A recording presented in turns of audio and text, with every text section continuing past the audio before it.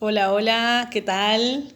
Estoy preparada para los cuentos de fantasmas, para seguir leyendo Heredé un fantasma.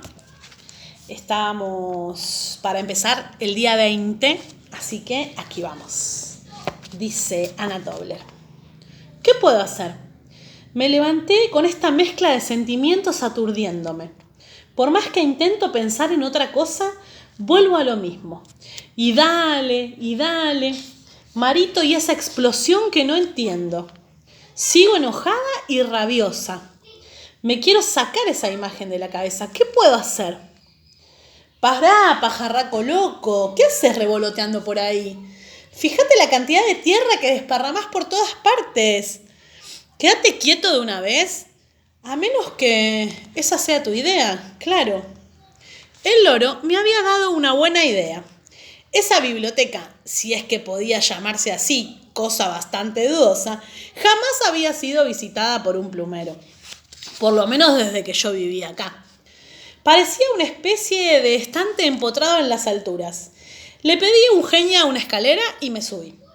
Es un trabajo que sin duda me distraería. Tenía que hacer equilibrio entre el escalón, sostener el plumero y limpiar sin caerme. Apenas me asomé, me di cuenta de que el polvo acumulado tenía mucho más de 10 años. Seguramente la tía Dorotea, a los 80, no se ponía a hacer estas acrobacias. Empecé con el plumero.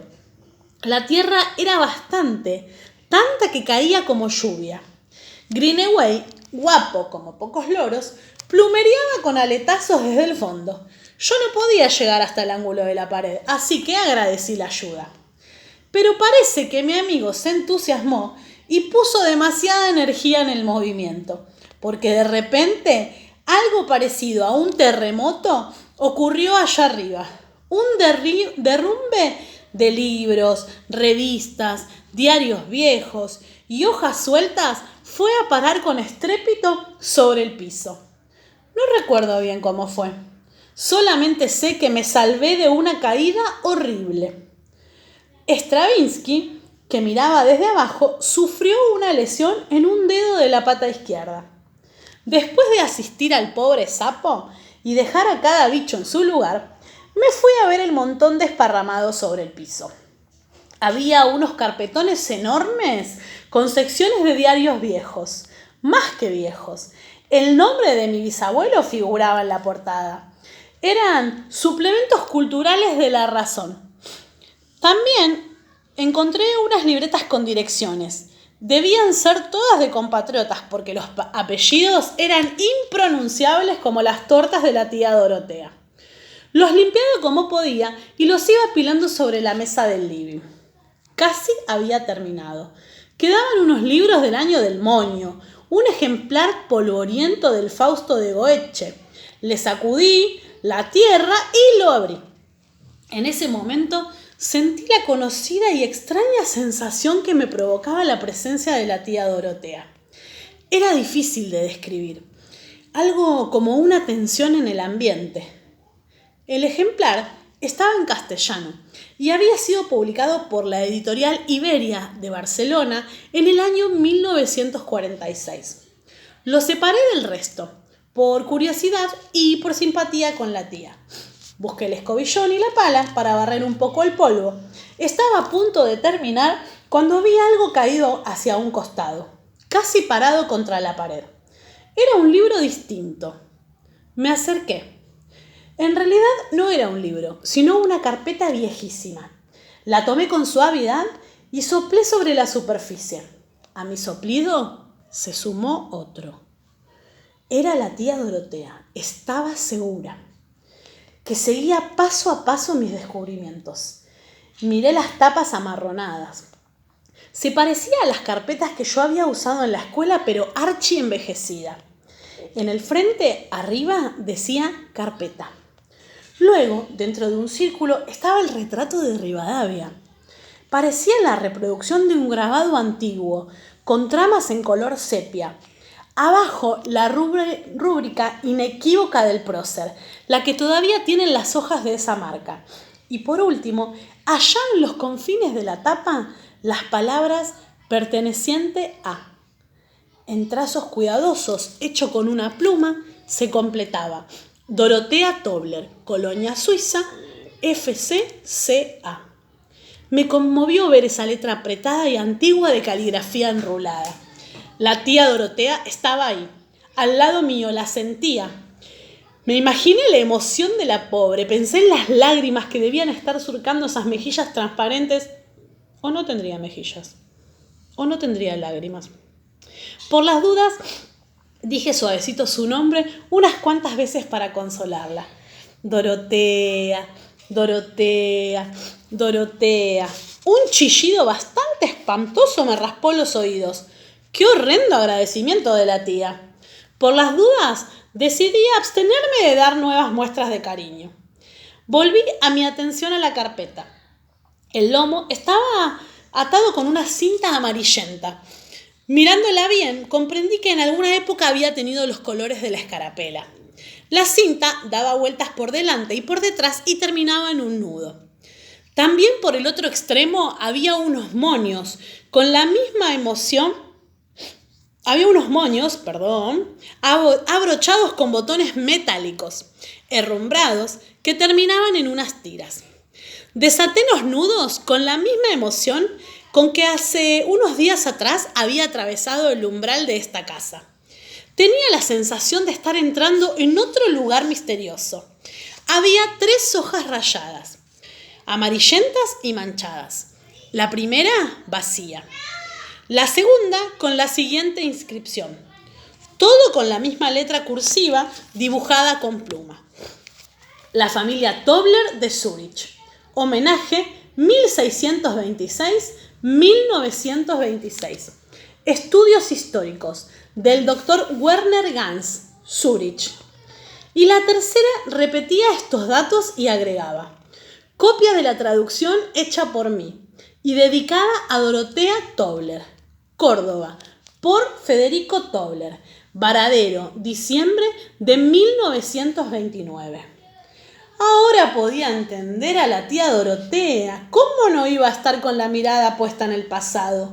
¡Qué herencia! Y ahora estaba en mis manos. Algo que había comenzado en 1626 tenía que ver conmigo.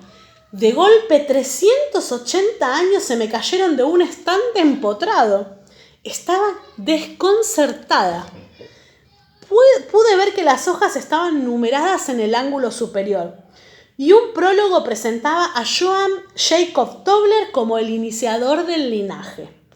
Parecían haberle adjudicado el Bürgerreich, vaya a saber qué cuernos era eso, de Zúrich en el año 1626.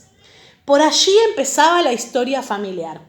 Aunque yo creo que estos suizotes, con su manía perfeccionista, podrían haberse remontado hasta algún primate prehistórico. Seguía un desfile cronológico de todos los personajes Tobler. Afortunadamente sonó el timbre. Dejé la carpeta encima del ejemplar de Fausto y salí a abrir. Día 21. ¿Cómo estás, Stravinsky? ¿Te duele mucho ese dedo? Hoy no te escuché croar. ¿Te dije alguna vez que sos el sapo más creativo que conozco? Lográs unas tonalidades guturales. Afuera serías la envidia de todos los sapos machos. No habría sapita que se resistiera a tus conciertos. Aunque, a decir verdad, no sé si eso sería muy bueno. Sobre todo si te interesa alguna en especial. Porque, pobre, tendría que vérsela con las fantasmas de tus admiradoras. Estoy monotemática, ¿no? No puedo evitarlo. Por lo menos ella tendría una buena razón para estar celosa. No como otros que de buenas a primeras encuentran una razón para enojarse, aunque sea una inventada total. ¿Te conté que ayer vino Mario? Sí, el que tocó el timbre era él. Se vino a disculpar. ¿Y sabes qué, Stravinsky? No le pude decir nada. ¿Qué le iba a contestar? De veras creo que estuvo muy mal. Me quedé ahí, parada, contra el marco de la puerta mirando el piso. No le dije que pasara. ¿Acaso no me había amenazado con que no iba a venir más? Esa fue una cosa muy fea. Él solamente dijo que venía a pedirme perdón. Yo seguí con los ojos pegados al piso. Entonces, en medio de ese silencio pesado como plomo, dio media vuelta y se fue. Creo que hice lo que debía hacer. Pero no sé, me siento bastante mal. Día 22. Marito volvió al día siguiente. Cuando abrí la puerta, vi asomar un banderín blanco. Se me escapó una sonrisa. Era una rendición amigable. Traía unas masas vienesas, así que nos sentamos en la galería, con el mantel y las tazas. El día estaba tibio y las palabras nos devolvieron la calidez perdida. Marito me explicó que el día de la pelea había sido difícil para él. Parece que las cosas se complicaron en el kiosco. Fue uno de esos días en los que uno anda medio rabioso con todo, me dijo. Es que esas cosas no se terminan de digerir.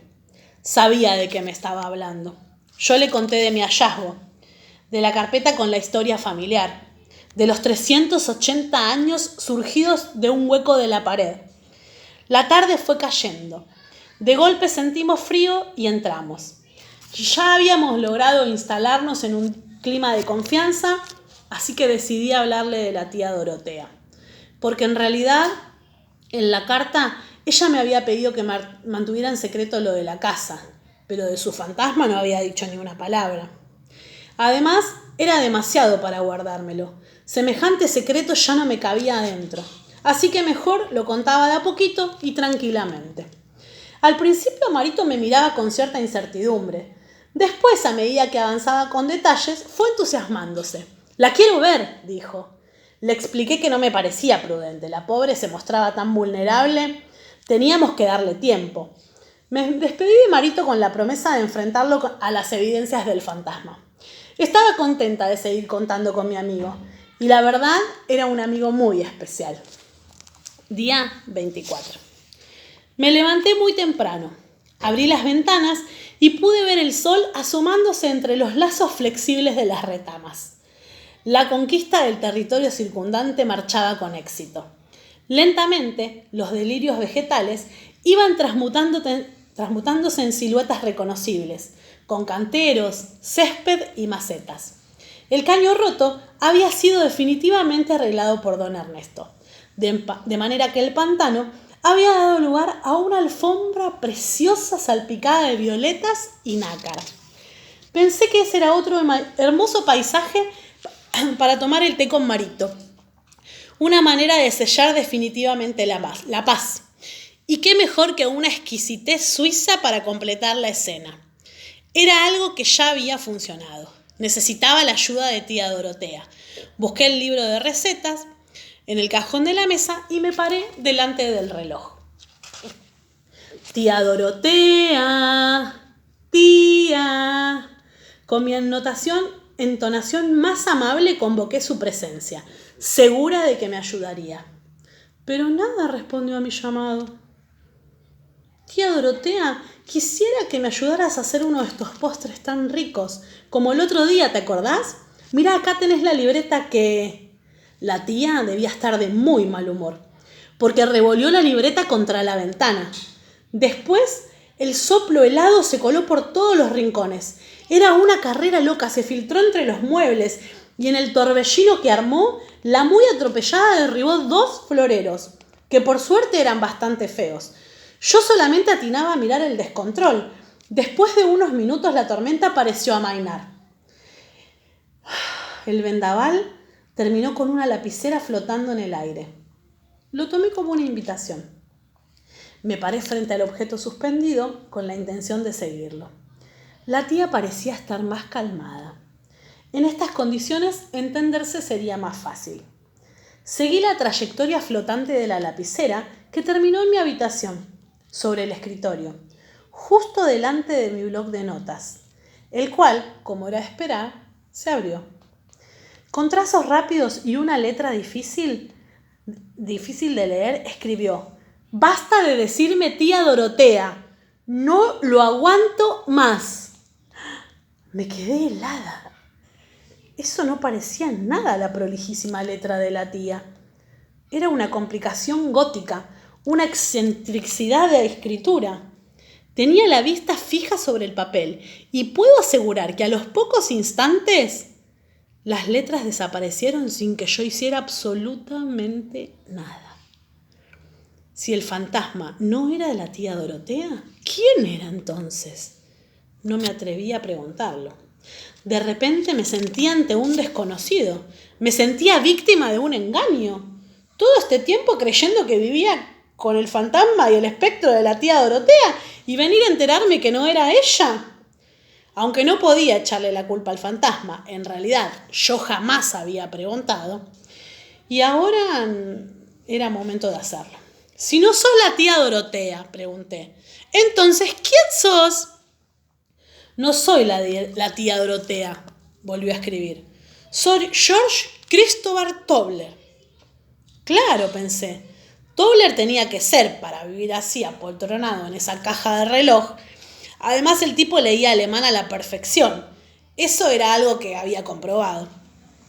Me costaba imaginar que el fantasma fuera de otra persona. Había vencido el miedo recordando a la tía Dorotea, su cabello blanco y esa mirada dulce. Lo había neutralizado con el consuelo de conocerla. La cabeza me daba vueltas, tenía 1000 preguntas para hacer. Lancé las primeras como quien escupe un carozo amargo. Si el fantasma no era la tía Dorotea, ¿por qué me había mandado esa carta extraña? ¿Por qué su insistencia en que todo fuera un secreto? Ella sabía de mi existencia y vivimos juntos más de 80 años. Fue su modo de ayudarme, me respondió la lapicera, y las palabras se borraron a los pocos segundos. ¿Ayudarte a qué?, pregunté. Es muy largo de explicar, escribió. Bueno, entonces decime por qué estás acá viviendo en estas condiciones dentro de un reloj. Es una larga historia, volvió a escribir. Me imagino, le dije, si tenés más de 300 años, como los otros tipos de la carpeta, 284 años para ser exactos. Perdón, les contesté, cierto es que ustedes son fanáticos de la exactitud. Soy George Christopher Tobler, repitió, y necesito tu ayuda. Buscá en la página 27 del estudio histórico de Gans. La lapicera se asentó con suavidad en el bloc de hojas en blanco. Sin pensarlo demasiado, fui a buscar la carpeta. Sentía los dedos torpes. Finalmente encontré la página 27. Leí esa traducción que mi bisabuelo había hecho 60 años atrás. Un título subrayado a la mitad de la página decía: George Christopher, hermano de mi bisabuelo. Es decir, se trataba del tío bisabuelo de mi bisabuelo. Continué la lectura con bastante dificultad. La escritura era complicada, en todo sentido. Tal vez mi bisabuelo Federico no manejaba bien el castellano. Esto fue lo que leí. Inteligente, vivaz y de risueña juventud. Así lo testifican las correspondencias que mantenía con John K. Lavater en Zúrich. Admiraba y amaba a su maestro. Estudiaba mucho, era ligero, divertido, contrario al carácter paterno y aún de los antepasados. Adelantaba pronto en su estudio. Más se dijo muchas veces, resulta que pronto arriba, pronto abajo. Nació en el 1757 en Ermatigen y terminó sus estudios en 1777. En vez de interesarse por la obtención de un pastorado como sus antecesores, resuelve emprender diversos viajes que lo ocupan por 6 años. Primero se fue a Basilea, donde tomó cargo de instructor escolar en la familia Burkan-Forkan, descubriendo cuán diferente es el pensamiento conservador basileo del Zúrich. Deja Basilea y acepta el mismo cargo en lo de Diodate, en Ginebra. Tampoco le satisface su círculo de aquí, pero en esta estadía recibe de visita al poeta Johann Wolfgang en 1779. Vaya con el tío George. El poderoso adalid de la poesía alemana lo ve luego en Estrasburgo, en la casa de la muy nombrada por su belleza dama de Branconi, que hasta Goethe impresionaba la hermosa marquesa. Consideremos al joven de Zúrich también de bella presencia y de inteligencia nada vulgar. No tardó la marquesa en solicitarle ser su lectorista educante, lo que produjo entre ambos un acercamiento. Una noche oscura, desapareció Tobler del Palacio Branconi sin anuncio y sin despedirse. viajó directamente a Weimar, a la residencia del poeta Goethe. En su larga estadía con el escritor, prodújose una estrecha amistad entre ellos. Lavater, el común amigo de ellos, ofrece referencias y aquí continuaba una detallada enumeración de episodios referidos a la amistad de Tobler con Goethe. Terminaba diciendo: la traducción del griego al alemán de Die Natur y otros textos de Sófocles fueron trabajos muy difíciles que se creían realizados por Goethe. Un día el propio Goethe dio a publicidad negando tal cosa, afirmando que el traductor no podía ser otro que G. Tobler y que lo había hecho en Weimar unos días antes de... La historia se interrumpía así, bruscamente. La página amarillenta y manchada mostraba los renglones desnudos. La hoja siguiente comenzaba con otro miembro del linaje Tobler. ¿Qué pasó en Weimar unos días después de hacer aquella traducción?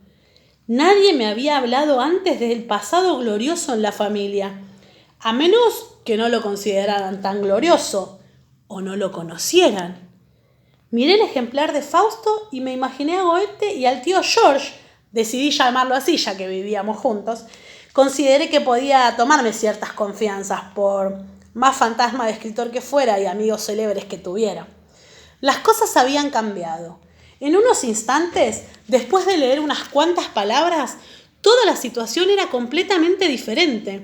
Intenté tomar 2 pasos de distancia y revisar los últimos acontecimientos.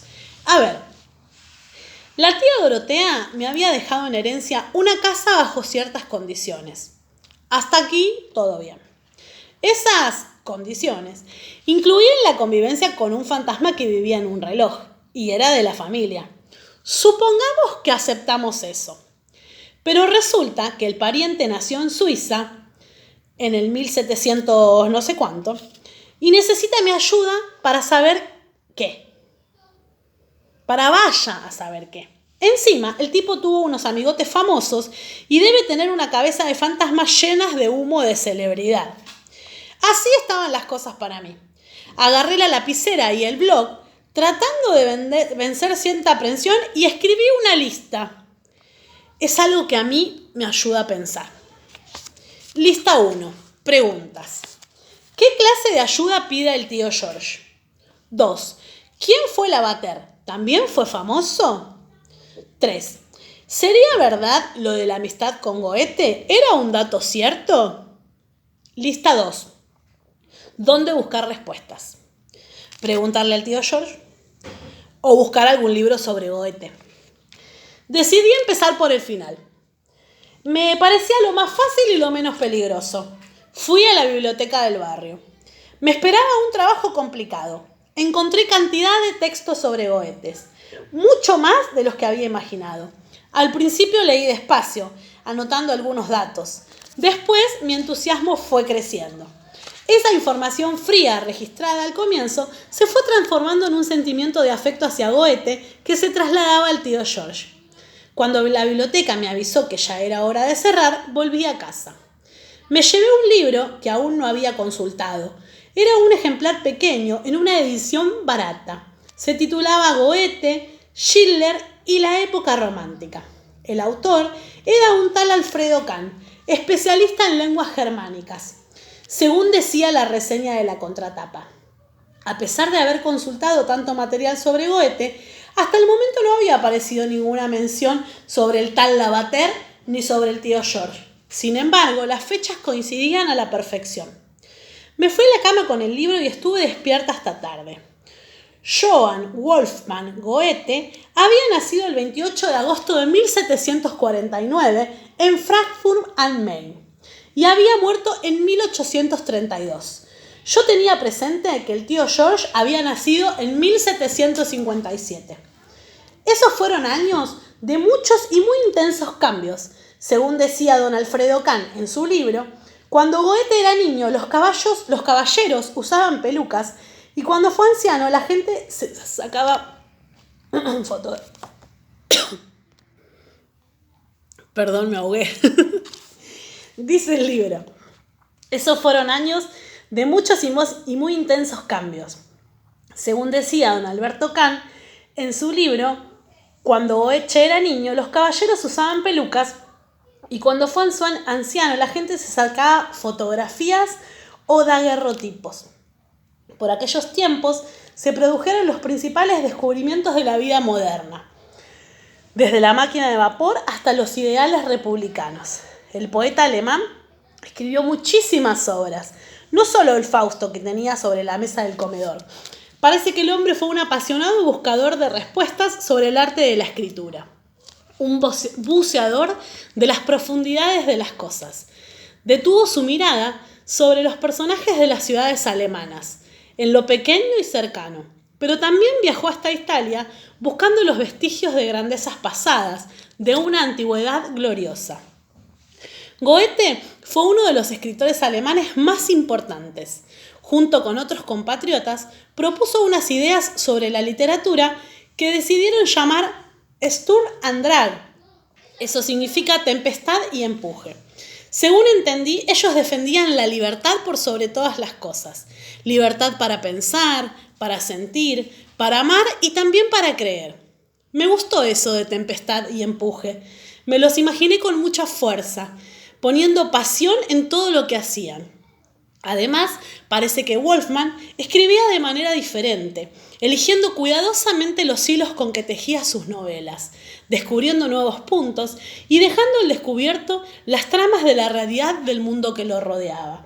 Mis ojos se detuvieron de pronto en la página 36 del libro. El autor relataba allí la importancia que había tenido un viaje efectuado por Goethe para el desarrollo de la teoría de la tempestad y empuje. En 1774 había realizado una travesía a lo largo del río Rin, en compañía de un tal Johann Caspar Lavater, escritor y filósofo suizo. Allí lo tenía. Seguramente era el amigo del tío George. Me pareció que la H que le faltaba a Lavater no tenía la menor importancia. Seguro que era el mismo. Lo que había traducido el bisabuelo Federico era definitivamente cierto. Y yo lo tenía dentro de mi reloj, en el living, un pedacito de semejante historia. Continué leyendo, convencida de la buena fe de mi fantasma. Lavater invitó varias veces a Goethe a visitar Suiza. Su primera visita fue en 1775. También en ese año se radicó en Weimar. Los datos coincidían asombrosamente. Que el tío George recién hubiera conocido al poeta alemán 2 años después era un acontecimiento prácticamente probable. Perfectamente probable. Estaba feliz. Sentía que mi corazón latía con el ritmo de la tempestad y el empuje. No sabía todavía en qué tendría que ayudar a mi tío, algo que estaba dispuesta a hacer. No cualquiera se ve envuelta de pronto en semejante historia. Por algún motivo, había sido elegida para atravesar el tiempo. Me intrigaba y me deslumbraba ese mundo descubierto.